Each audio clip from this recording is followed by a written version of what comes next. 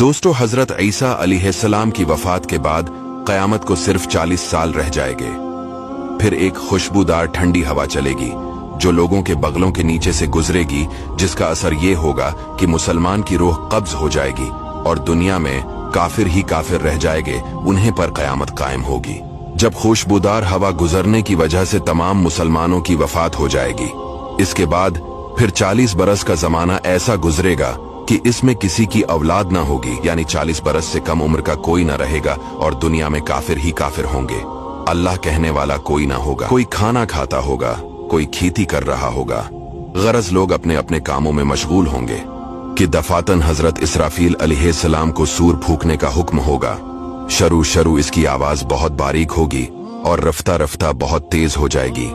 लोग कान लगाकर इसकी आवाज सुनेंगे और बेहोश होकर गिर पड़ेंगे और मर जाएंगे। आसमान, जमीन, पहाड़, यहाँ तक कि सूर और हजरत इसराफील और तमाम मलाइका फना हो जाएंगे।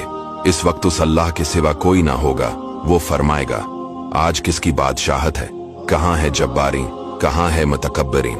मगर है कौन जो जवाब दे? फिर खुद ही फरमाएगा, सिर्फ अल्लाह वाहिद की सल्तनत है। फिर जब अल्लाह ताला चाहेगा, हजरत इसराफील को दोबारा जिंदा फरमाएगा और सूर को पैदा करके दोबारा फूंकने का हुक्म देगा। सूर फूंकते ही तमाम अव्वलीन और आखिरीन मलाइका, इंसान, हैवानात और जिन मौजूद हो जाएंगे। सबसे पहले हुजूर सल्लल्लाहु अलैहि वसल्लम अपने कब्र मुबारक से यूं बरामद होंगे कि दाहिने हाथ में सिद्दीक़ अकबर का हाथ, बाएं हाथ में फारूक आज़म। फिर मक्का और मदीना के मकाबिर में जितने मुसलमान दफन है, सबको अपने हमराह लेकर मैदान हशर में तशरीफ ले जाएंगे। ये मैदान हशर मुल्क शाम की जमीन पर कायम होगा। इस दिन जमीन ताबने की होगी और आफताब एक मेल के फैसले पर होगा। दोस्तों, आफताब 4000 बरस की राह के फैसले पर है और इसकी तरफ आफताब की पीठ है। फिर भी जब सर के मुकाबिल आ जाता है, घर से बाहर निकलना दुश्वार हो जाता है। इस वक्त की एक मील के फैसले पर होगा। तेज और गर्मी का क्या पूछना, और अब मिट्टी की जमीन है, मगर गर्मियों की धूप में जमीन पर पांव नहीं रखा जाता। इस वक्त जब ताबने की होगी और इस कदर से पसीना निकलेगा, 70 गुज जमीन में जज्ब हो जाएगा। फिर जो पसीना जमीन ना पी सकेगी, वो ऊपर चढ़ेगा। किसी के टखनों तक होगा, किसी के घटनों तक, किसी के कमर कमर, किसी के सीने तक, किसी के गले तक और काफिर के मुंह तक चढ़कर मिसले लगाम के जगड़ जाएगा, जिसमें वो डबकियां खाएगा।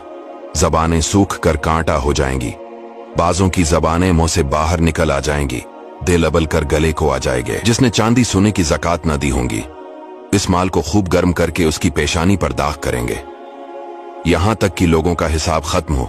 फिर बावजूद इन मुसीबतों के कोई किसी का प्रसाने हाल ना होगा। भाई से भाई भागेगा, माँ बाप औलाद से पीछा चढ़ाएंगे, बीबी बच्चे अलग जान चराएंगे। हर एक अपनी अपनी मुसीबत में गिरफ्तार, कौन किसी का मददगार होगा। दोस्तों, ये है महशर का दिन।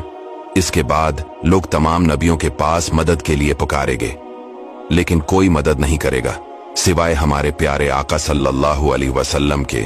इसीलिए दोस्तों, अपने नबी सल्लल्लाहु अलैहि वसल्लम से मोहब्बत कीजिए। हुजूर पेशे हक मज़दा शिफात का सुनाते जाएंगे, आप रोते जाएंगे, हमको हंसाते जाएंगे। दोस्तों, इस वीडियो को शेयर जरूर कीजिएगा।